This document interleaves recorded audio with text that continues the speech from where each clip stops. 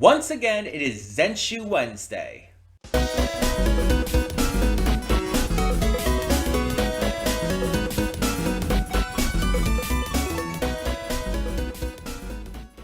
Hey everyone, welcome to Princess Gay. I'm your host Connie, and today we are here with my blind reaction to episode 6 of Zenshu. We're about halfway through after this episode, that means, this season. I don't know if if there's enough content for where there's gonna be a second season or whatnot. I don't know with this series, but either way, obviously no spoilers for the future. And I'm just excited because, like I keep saying, this is like kind of the day I'm waiting for each week to come back around.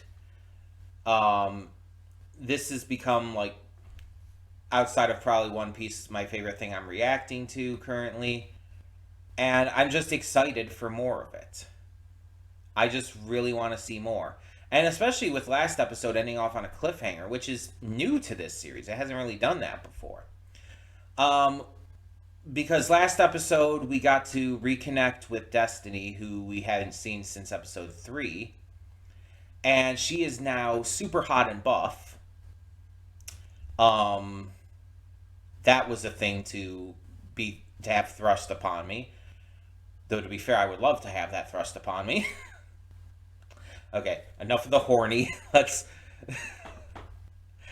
Oh, but wait, I can't, because there's also Sexy Dragon. Last episode was just the episode of the sexy. Because we had Destiny, who's like really, really, really hot. I really like buff women. That is absolutely a type of mine. But then we're also introduced to I can't think of their name right now. Wow. It was like it was a name like Destiny, to where it's like not like a standard name. It's more of like a word like that. But either way, they're this dragon person who is, very sexy, kind of a lady killer, but has a good, virtuous heart. They were part of the Knights, but left after they were unable to protect Luke at one time. And they're worried that Luke blames them for it, which is clearly not the case. Luke isn't that kind of person to hold a grudge. But they just they feel like really like they let him down. And on top of that, like with the fact that their wings are hurt and injured, they feel like having that reminder would just cause to bring Luke further pain. It just continues to show how good of a person they are and how genuinely caring about Luke and others that they tend to be, which makes them instantly more likable. We see how Natsuko communicates with them over the course of the episode, even just like passing by them in moments while bringing kids to Destiny's orphanage, which I just love the fact that that's another aspect of her character. She's not just buff and hot. She is also just an extremely good person. And it's funny because when she's introduced, it's like Natsuko is like, let's be honest, very jealous of her. Because it's very clear that Natsuko has a thing for Luke. And you could tell, like, even with the way she talked about, like, how a lot of the problems started with her accidentally. It's like you could tell, though, that she did like her as a character in the movie. And now you could see the jealousy. But she's also become good friends with her after all those events. They actually grew pretty close. And seeing Destiny, like, have that epiphany at the end of episode 3, going on about, like, Serval Cat Mask inspiring her and making her want to become her own person and follow her way of life and be proud of who she is. which then, came into play last episode when it's like Unio is like, I liked you how you used to be better. I liked your old body better. And she's like, well, I like who I am now. I'm proud of who I am now. And it's like, you fucking go, girl. Hell yeah. You're not only sexy, but you're just awesome. She's just genuinely such a good character. And there's some people out there who would find her like maybe too nice and perfect, but it's like, I don't care. I like characters who are just like really nice and awesome and everything, who are just like that good of people. And a part of it is because I just see so much bad in the world constantly. It's like I just want a character who is just that good. Just give me that like happiness and hope. I don't care if it's unrealistic. It makes me feel good. It just makes me feel happy. Also, she's sexy, so that helps too. And again, we also see that with the dragon dude. They are also very good, very kind, very compassionate, and I love seeing this kind of stuff. And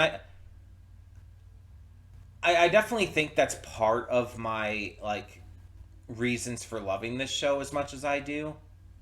The characters just like kind of like speak to an almost locked away part of myself.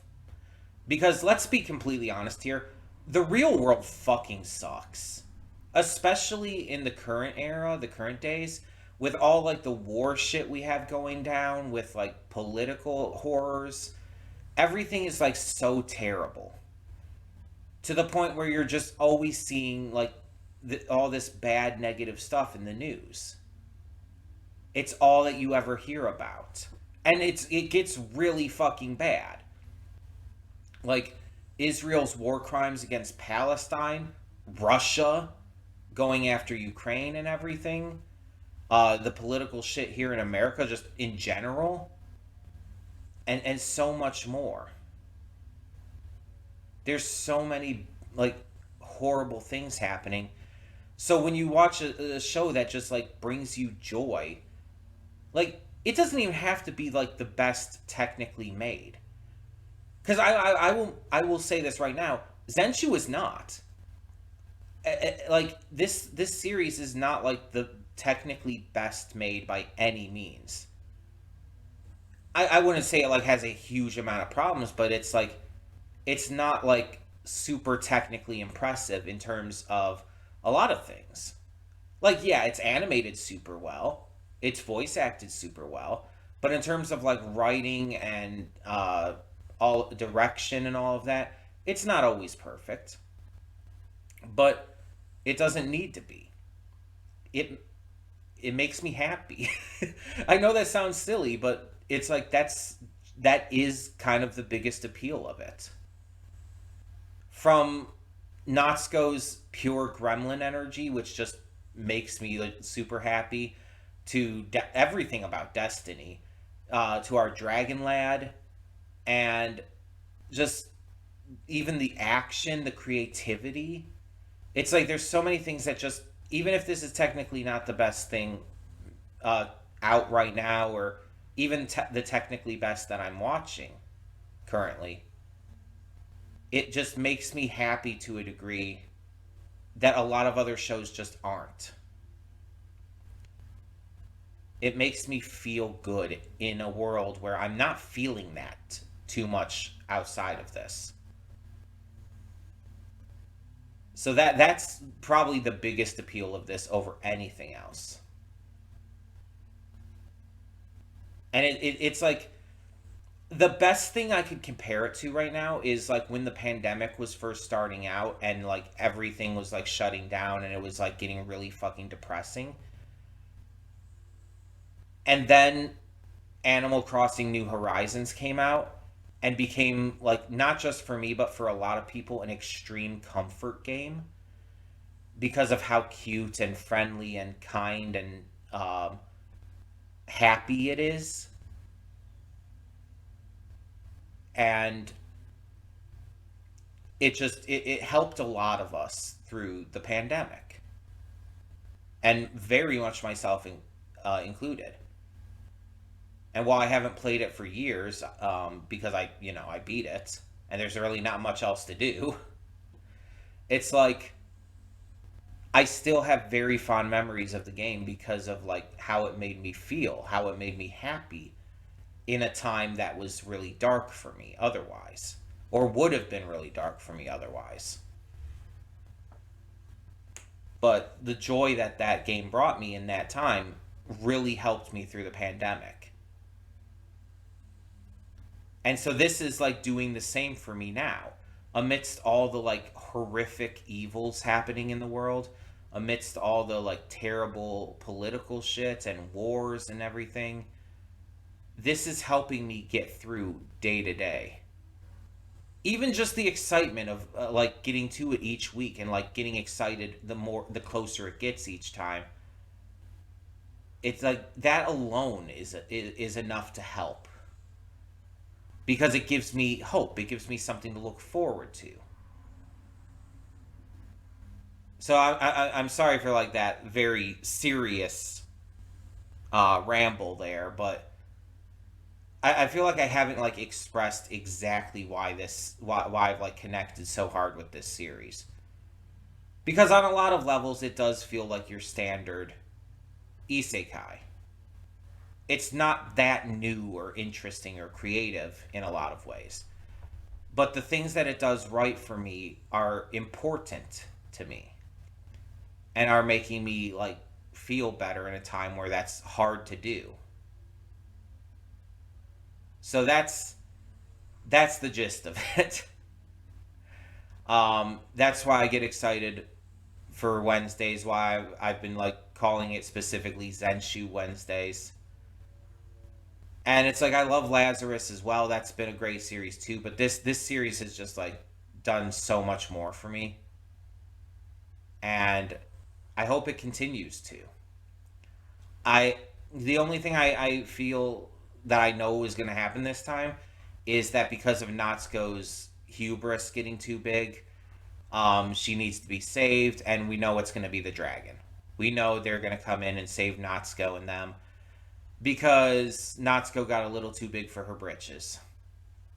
She got a little too big for her britches. The praise that the common people were giving to her was getting to her head, and so now she's going to be humbled a bit as she's saved by our dragon friend. So, very excited to see this episode. Very happy to see this episode. And so let's get to it. Hold up just a sec. Before you click that link down in the description below to get to today's video, I want to remind you of all the awesome content we have both on this channel and the Princess of Gaming channel. Let's check it out.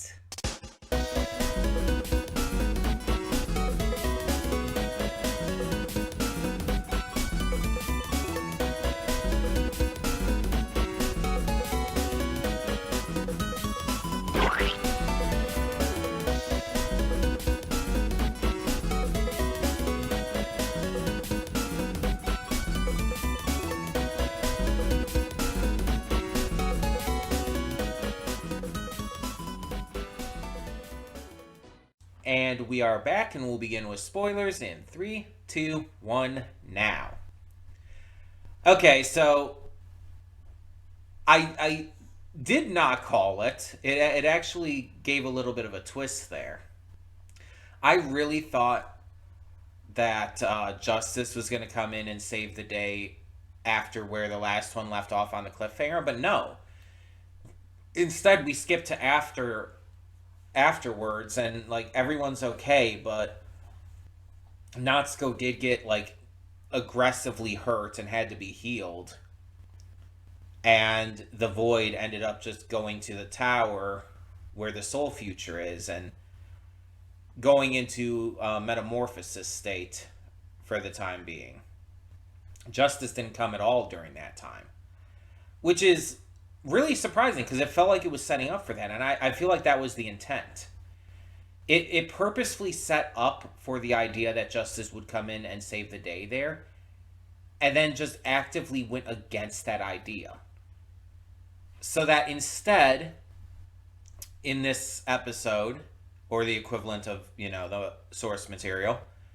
You have Justice come in to save the day at a different point. It takes a little bit longer for them to make their move, but they do.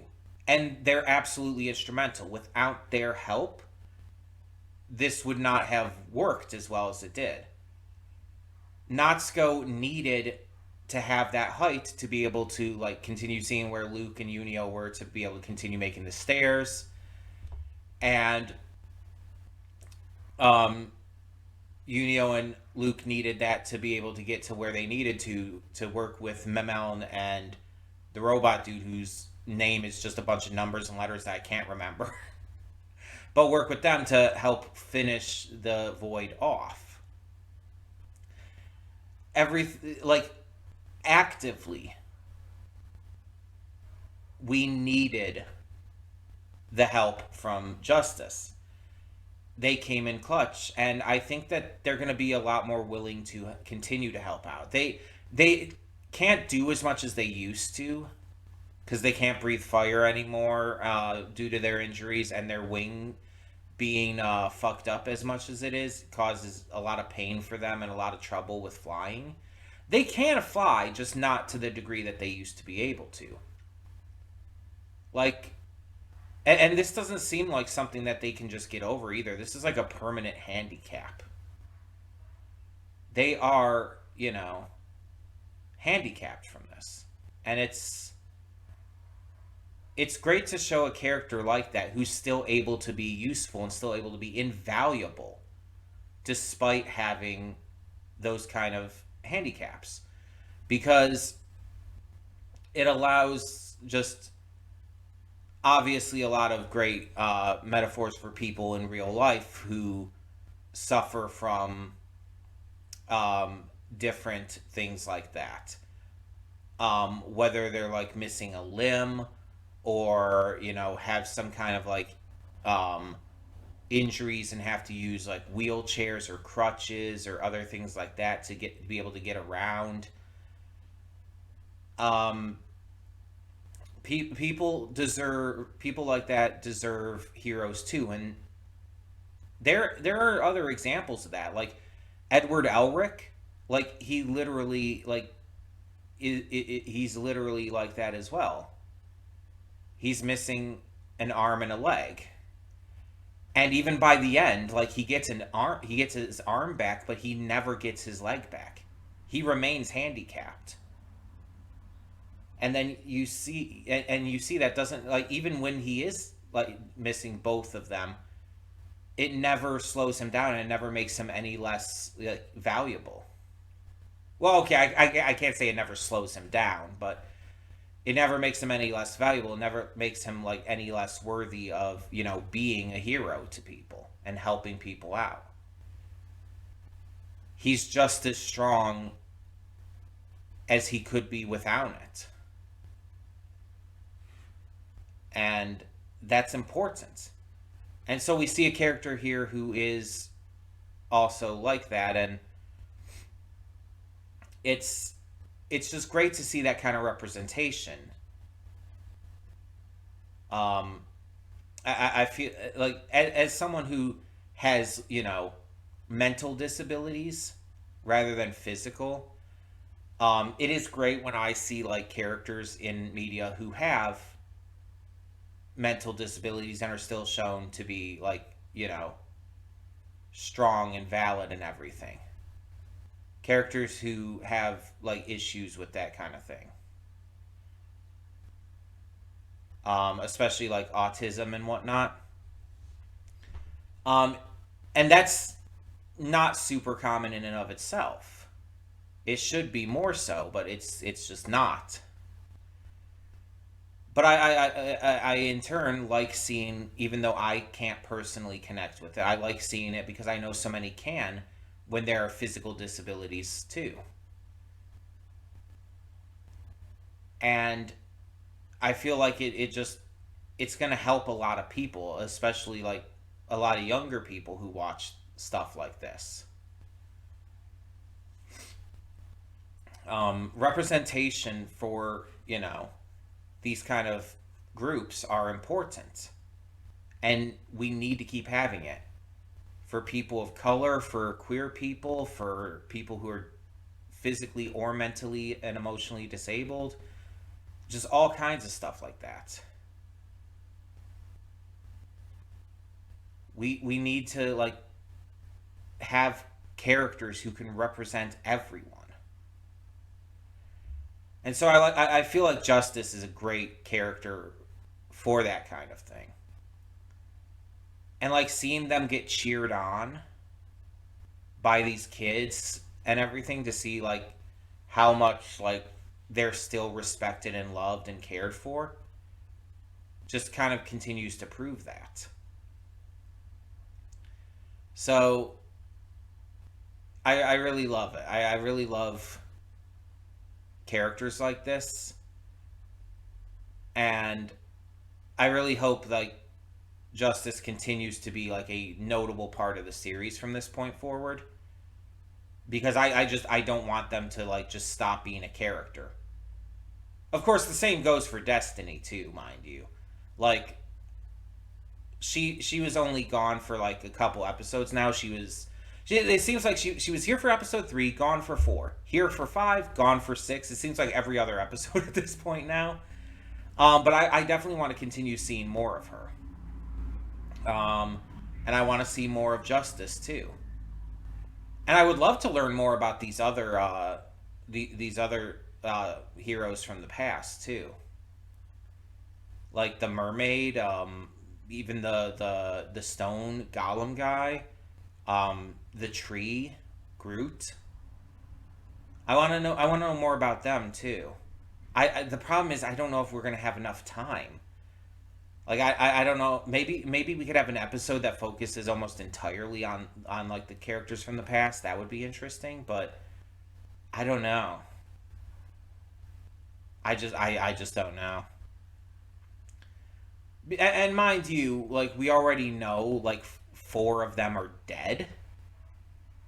So it's not like we're gonna get too much like from that, other than like seeing how like the current characters connect to it. And we saw a bit of that here with like Luke and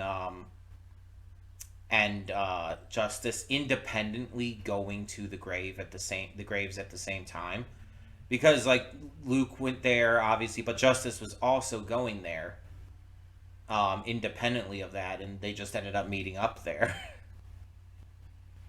um, there was one that I'm gonna mute this obviously, but there was one that I didn't quite get, because there were 4 of them that were dead, right? And there were 3 of them I got. There was Groot, the wood one, the tree. There was the mermaid looking one, and then there was the golem who we had seen before.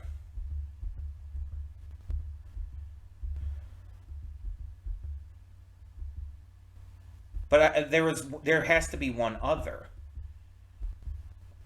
right? One other that died. Okay, here's a view of them from the back. Yeah, there's like one like shorter one next to the tree on like the opposite end from where the mermaid and Memel and the others are. I don't know if we ever actually like saw them though. Because we see a shot that shows the tree like standing next to the golem and Luke on the other side, but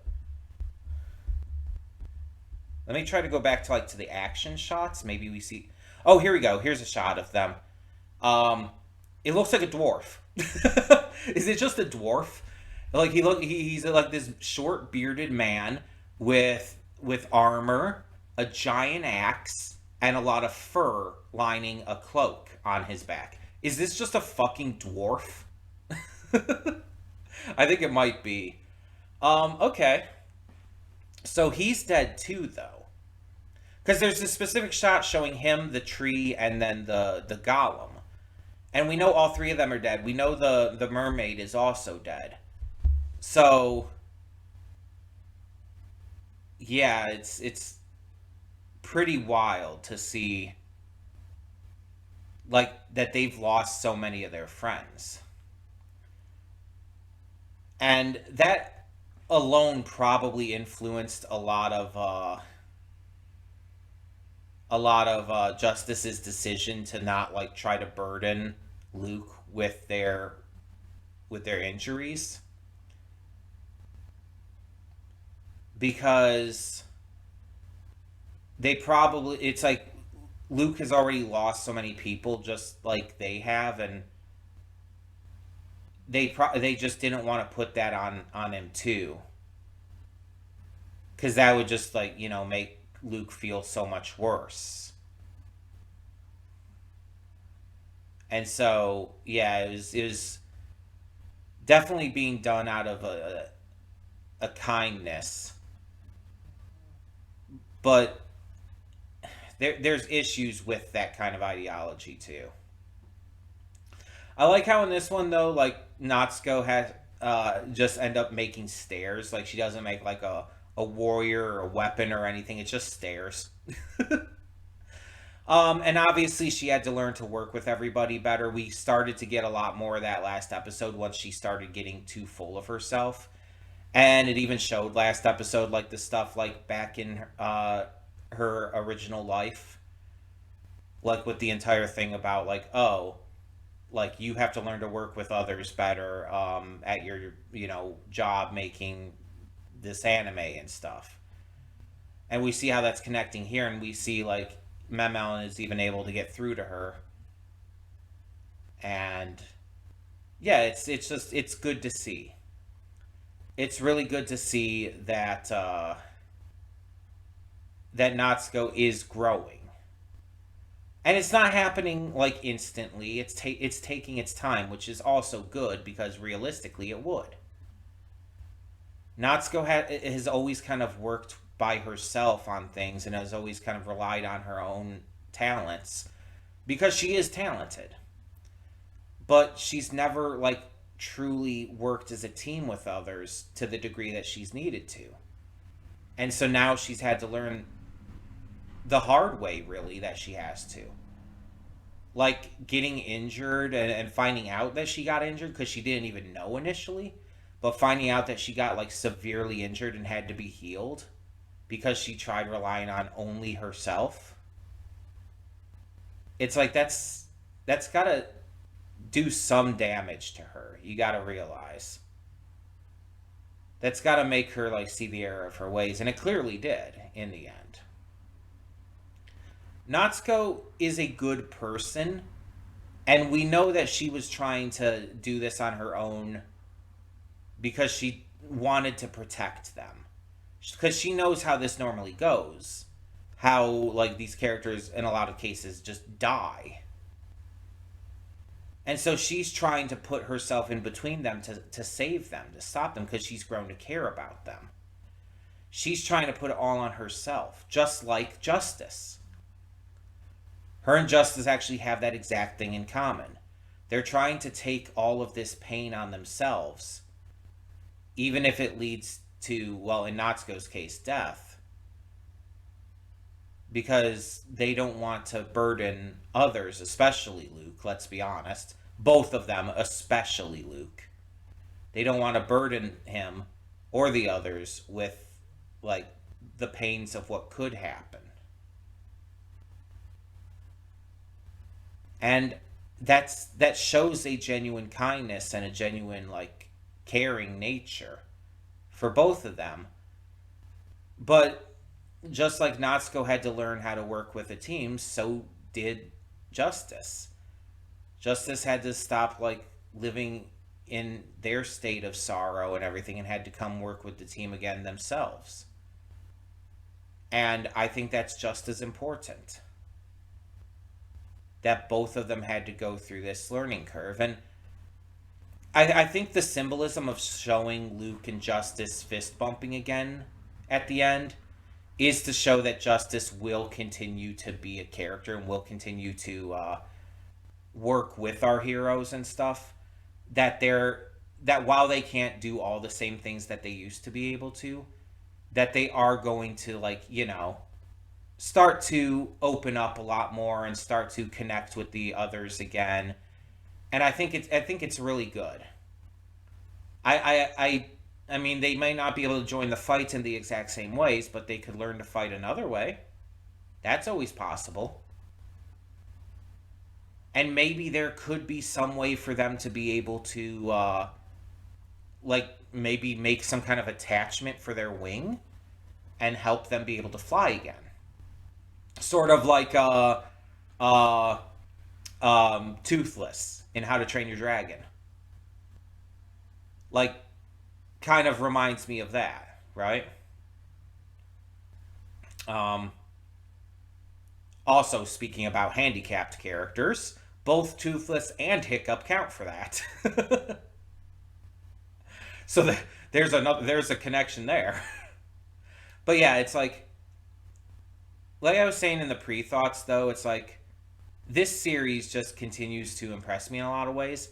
And this episode wasn't as bombastic or big or exciting as other ones have been, but while there was a lot of downtime in this, a lot of time to plan and strategize, it was more about the meaning of like Natsuko and Justice both like letting go of that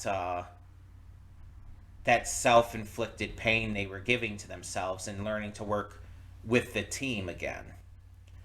It was more about that connection than anything else. And that's why the episode ended with like all of being all about the connections between these characters, with Justice fully coming to realize that Luke had fallen completely in love with Natsuko. That he is head over heels for her. And it's pretty obvious too that she loves him. And I mean, it kind of said before that she always had a crush on him, right? Like that was always a thing, like prior to her even coming to this world. And that was part of why like she had that jealousy over Destiny and everything. But I think more than just having a crush on a character in a piece of media, I think she's actually falling for him, like really falling in love with him this time, just like he is with her. The relationships are definitely one of the biggest aspects of this show. And I really like the way they're handling this romance because it's not like being portrayed in the same way that a lot of like will they won't they romances happen. It's clear that it's going to happen, but it's slowly building up to it in a realistic way to where, yeah, these two aren't like super like comfortable admitting their feelings to each other yet. They're still just trying to work up the nerve to do that, while also kind of just discovering their feelings for each other. Like Natsuko, I don't even think has fully even realized that she's actually falling in love with him. And I definitely believe that Luke has realized this, but he's just like not really sure if he should be almost.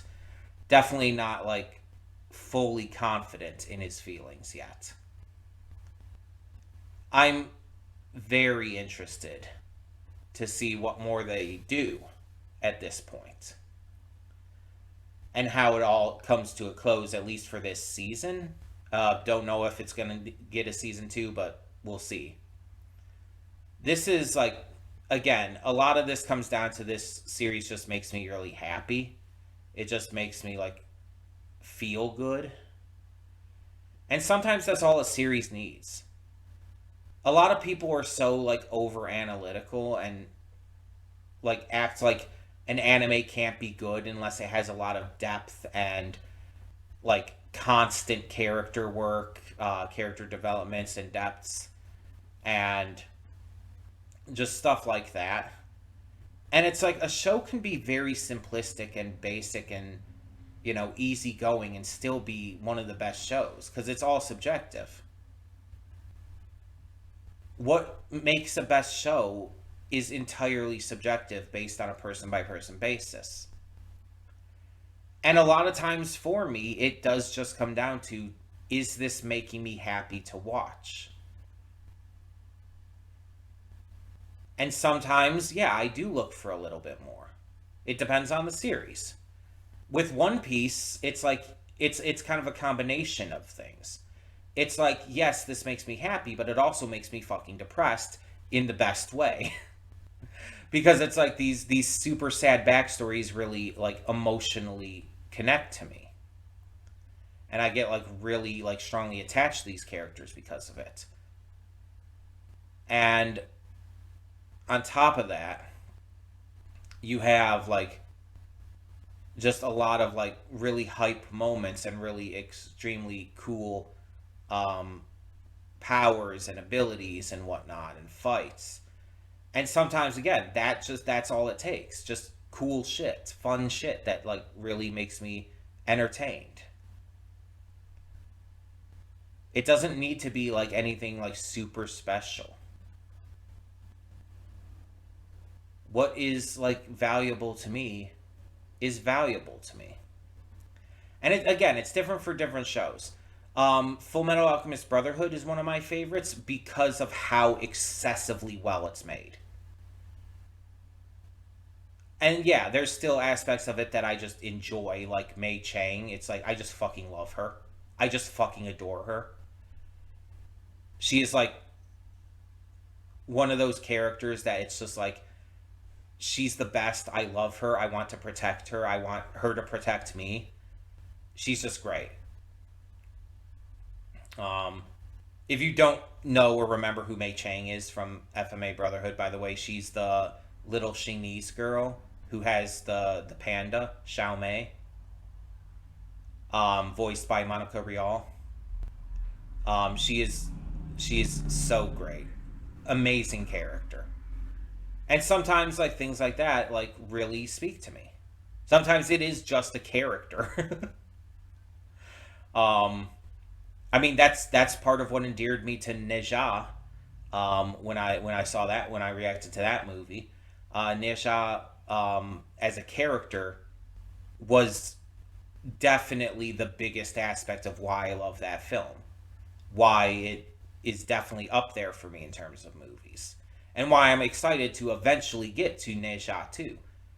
Because when that movie does finally come to streaming and digital, or streaming or digital, either or, whichever it comes to first, like I'm definitely going to get to that as soon as possible because I very much want to see my little baby boy again. Like I have just such this immense like love for Neja as a character. And I just want to see him succeed and want to see him be the best him he can be and want to see him receive all the love that his friends and family can give to him because he deserves it. Also, definitely connecting with Natsuko there because absolutely has gremlin energy. But yeah, it's like sometimes that's all it needs. And I encourage anyone and everyone watching this, like, let yourself try to experience that if you can. And if that doesn't work for you, and if you prefer, like, to have all that great depth and character and whatnot, and that's what makes you love shows, that's fine. But try to experience a show and see if you can find a show, or maybe you already have one that you just love because the characters speak to you, because something in it emotionally resonates with you, because it's just fun. Try to find a show like that. And if you already have one, I'd love to hear what it is for you. Please tell me in the comments if you're willing to share. Because I feel like a lot of times those can just be some of the best experiences we have with media. When it's just something that's that fun, that enjoyable. That goes for movies, that goes for shows, that goes for comics, games, anything. So, yeah. With Zenshu, it is definitely one of those examples where, like I said in the pre-thoughts, not necessarily the best made show, but the way it just like brightens my mood and makes me so happy is something I just need, especially in the current day. And so it really does like make me love it that much because of something as simple as that. But I would love to hear your thoughts on this episode, on Natsuko and Justice's little arcs here, on the love story between Natsuko and Luke, as well as just the cool action stuff, the battle against this, what eventually becomes the giant centipede, all of that stuff. I would love to hear your thoughts on all of this and more down in the comments below. And thank you, as always, so much for tuning in. I'm Connie, and I'm signing off. See y'all next time.